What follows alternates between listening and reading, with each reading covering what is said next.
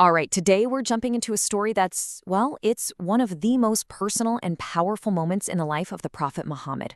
We're talking about love, about loss, and really the very nature of faith itself. And this question right here, it's really the core of what we're talking about. It gets into something really deep, the painful limits of our own love when it runs smack into something much bigger, divine will. Okay, so to really feel the weight of this story, you've got to understand who the Prophet Muhammad had in his corner. We're talking about the two absolute pillars of his early mission. So, on one hand, you've got his uncle, Abu Talib. Think of him as the Prophet's public shield, right? He used his authority, his tribal power to protect him from all the threats coming his way. And he wasn't just an uncle, he was basically a father figure. Then you have his wife, Khadija. She was his private sanctuary. I mean, she was the first person to believe in him, his emotional rock, his number one confidant. The two of them together, they were like a fortress. And then tragedy strikes. In one single devastating year, he loses them both. It was such a painful time that it's known as the Year of Sorrow. But, it's the specific story of his uncle's final moments that contains this incredible, timeless lesson. All right, let's really dive into this scene because it's so incredibly tense and emotional. Just try to picture it. The prophet is at the deathbed of the man who raised him, the man who protected him his whole life. He's watching his uncle, his shield against the world, just fading away. And in that desperate moment, the prophet pleads with him for just one thing. One single phrase that he believes will secure his uncle's salvation. And what does he ask him to say? Just these simple words. La ilaha illallah. It means, there is no God but Allah. Now, this isn't just any old phrase, right? This is the core belief of Islam. It's the key to everything.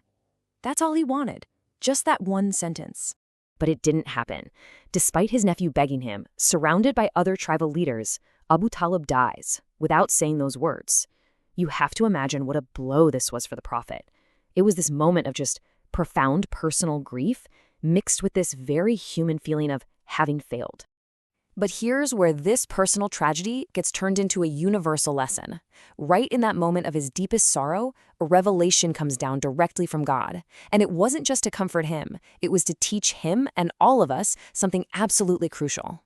And this is the verse that was revealed, and it is so powerful. It says, "Indeed, you do not guide whom you like, but Allah guides whom he wills." Wow. This was a direct message from heaven, basically drawing a bright, clear line between our love and God's power.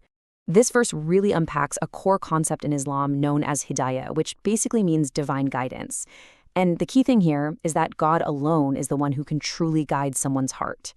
It's a gift. It's not something you can force or even grant to someone else, not even if you're a prophet, and not even for the person you love the most in the world. So this revelation, it wasn't just about comfort, it was about clarity. It set up this very clear and, let's be honest, sometimes very difficult boundary between what we desperately want for people we love and what God ultimately decides. And this chart here really lays out the core tension perfectly, doesn't it? On one side, you've got the prophet's incredible love, his pure desire to guide his uncle. His job was to invite, to teach, to show the path.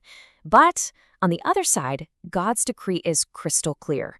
Changing a person's heart, that belongs to God and God alone. His wisdom is absolute.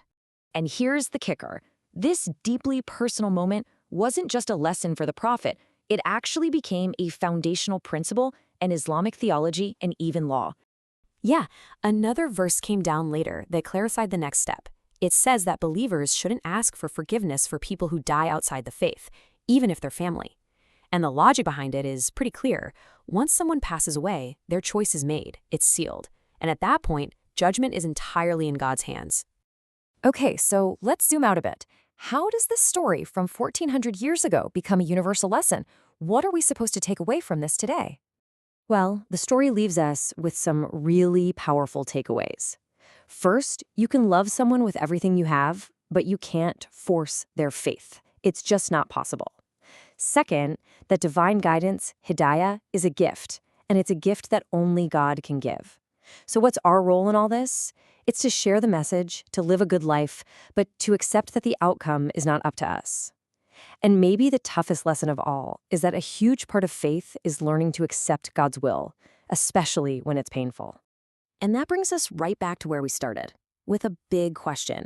This ancient story leaves us with a challenge that feels incredibly modern. How do you find peace when the person you love goes one way and God's will goes another? It's really a timeless reminder of where our job ends and where God's begins.